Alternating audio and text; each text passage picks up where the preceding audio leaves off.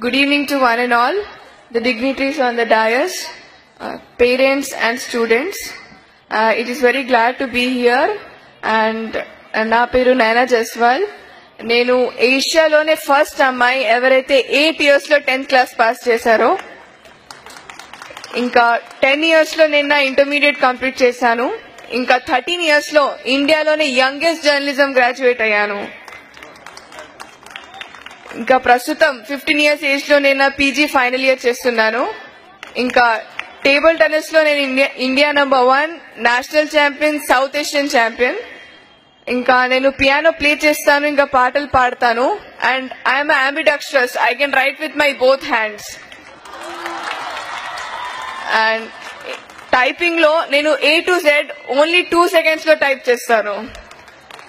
So ఇంకా నాకు రామాయణ్ 108 శ్లోకాస్ కంఠస్థం ఉన్నాయి.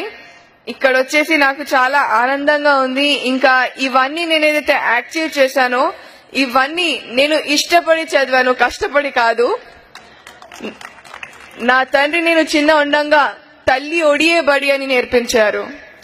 అందరూ వయస్సు పెరుగుతుంది అని అనుకుంటారు, కానీ ఆయు తరుగుతుంది అని అనుకోరు. కావున సమ వృద్ధ చేయక క్షమ పడాలి అని నా తల్లిదండ్రులు నేర్పించారు. చెట్టుకు కాయ బరువు కాదు, కానీ ఈ రోజులలో ఆడపిల్లలు బరువు అవుతున్నారు అని తరుణంలో దీనిని తప్పు అని రుజువు చేయడానికి నేను కిరణ్ బేదిని స్ఫూర్తిగా తీసుకుంటున్నాను. కన్నీటి వర్షాలకు కష్టాలు చల్లారవు, కావున ఆడపిల్లలకి మార్గం చూపించేది తల్లిదండ్రులే. అందువలన నా తల్లిదండ్రులే నా జీవన ఆధారం.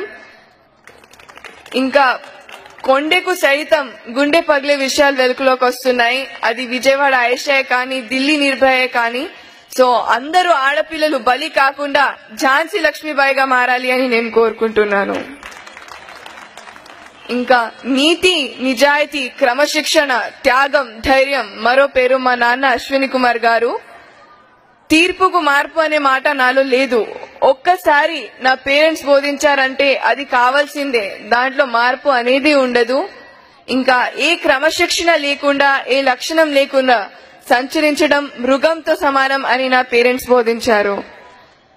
నేను చెప్పేది ఏంటంటే రూపాయల కన్నా రూపం గొప్పది, వేల కన్నా వినయం గొప్పది, లక్షల కన్నా లక్షణం గొప్పది, కోట్ల కన్నా కొనలేని మన విద్యార్థి జీవితం గొప్పది. కృషి ఉంటేనే మనుషులు ఋషులవుతారు. ఎవరైతే కృషి చేస్తారో వారికి అదృష్టం ఎదురు చూస్తుంది. ఎందుకంటే స్వేచ్ఛ లేని జీవితం ఆత్మ లేని శరీరం లాంటిది. అందుమూలన మీరు భారత భావి పౌరులు, మీ చేతిలో భావి భవిష్యత్తు ఉంది. కావున మీరందరూ కష్టపడి చదువుకోవాలి.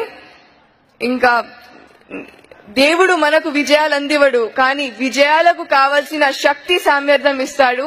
అది మీ అందరిలో ఉంది. దీనిని మీ గురువులు ఆశీస్సులతో వినియోగం చేసుకోవాలి. తల్లిదండ్రులు గౌరవముని అంటారు, ఎందుకంటే వాళ్ళు ఎలా ఉన్నా తన బిడ్డలు మాత్రం సుభిక్షంగా ఉండాలి అని వాళ్ళు శ్రమిస్తారు. సో వాళ్ళు చేసే శ్రమని మీరందరూ వృధా చేయొద్దు. ఇంకా ఈ హిందూ పబ్లిక్ స్కూల్లో ఎన్నో అనురాగ అనుభూతులున్నాయి. ఈ తీయని క్షణాలు మీరందరూ ఎల్లప్పుడూ మర్చిపోలేరు. ఎందుకంటే పూసిన పువ్వు వాడిపోతుంది, పండిన పండు కుళ్ళిపోతుంది, ఎండిన ఆకు రాలిపోతుంది, కానీ నమ్మకంతో ఏర్పడిన మీ అందరి చిన్ననాటి స్నేహం ఎల్లప్పటికీ నిల్చుంటుంది అని నేను కోరుకుంటున్నాను.